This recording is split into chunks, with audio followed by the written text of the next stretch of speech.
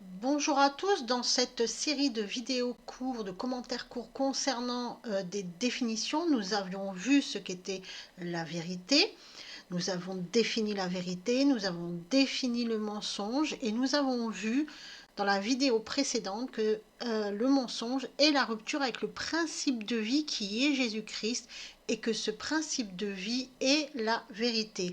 La question que nous allons nous poser dans cette vidéo est la suivante. Comment revenir à la vie et donc rétablir la liaison avec le principe de vie lorsque l'on a été touché par le venin du mensonge?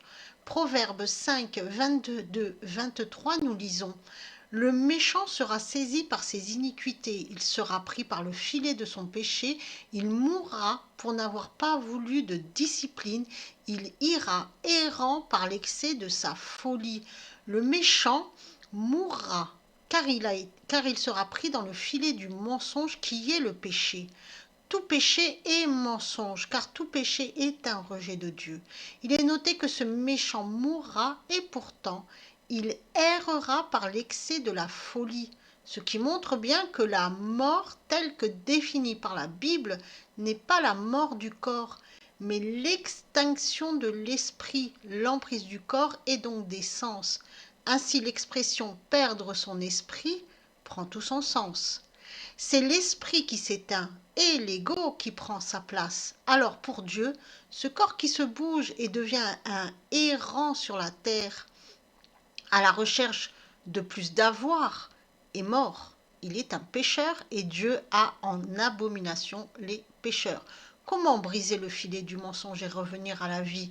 En Luc chapitre 4, versets 18 à 21, nous lisons: l'Esprit du Seigneur est sur moi, parce qu'il m'a oint pour annoncer une bonne nouvelle aux pauvres.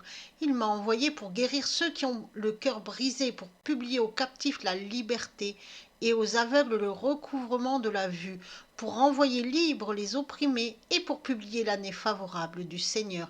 Et ayant replié le livre et l'ayant rendu au serviteur, il s'assit et les yeux de tous dans la synagogue étaient fixés sur lui. Et il commença à leur dire: aujourd'hui est accomplie cette parole de l'Écriture, et vous l'entendez. Pour le contexte, Jésus lit un passage d'Ésaïe à la synagogue, un passage prophétique qui décrit exactement l'œuvre du Christ, du Messie. Jésus-Christ est venu réparer ce qui est cassé, c'est la miséricorde de Dieu, libérer les captifs du péché, le mensonge. Comment? En instaurant la Sainte Seine pour briser les liens du mensonge, mais elle a été comprise religieusement et non spirituellement. La Seine symbolise la Pâque juive, qui elle-même symbolise la sortie des Hébreux de l'Égypte, donc la délivrance des Hébreux de l'esprit du mensonge, de l'avoir avant l'être, esprit de Mammon. En Égypte, le peuple était esclave du péché, esclave de l'avoir. Il n'était plus dans l'être, il avait perdu l'esprit. Dieu les a ramenés à la vie. Cette sortie d'Égypte par le peuple hébreu, cette délivrance, est appelée Seder en hébreu. Seder, nous le voyons ici, symbolise la sortie d'Égypte du peuple hébreu dans l'Ancien Testament. Est écrit avec 3 lettres hébraïques, le Shin, le Dalet et le Resh.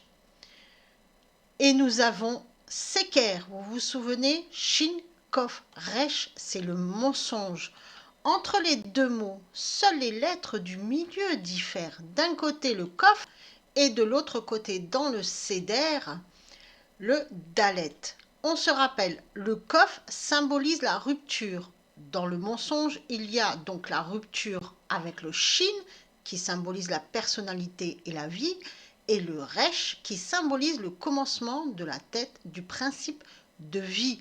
Le mensonge est donc ce qui nous coupe de la vie et nous rend morts. Le Dalet, la lettre Dalet symbolise la porte. Jésus-Christ est la porte qui conduit le Shin, notre ère, au principe de vie, donc à la libération du mensonge. Cette scène est hautement symbolique. Elle sous-entend l'acceptation totale du Verbe, la parole de vie.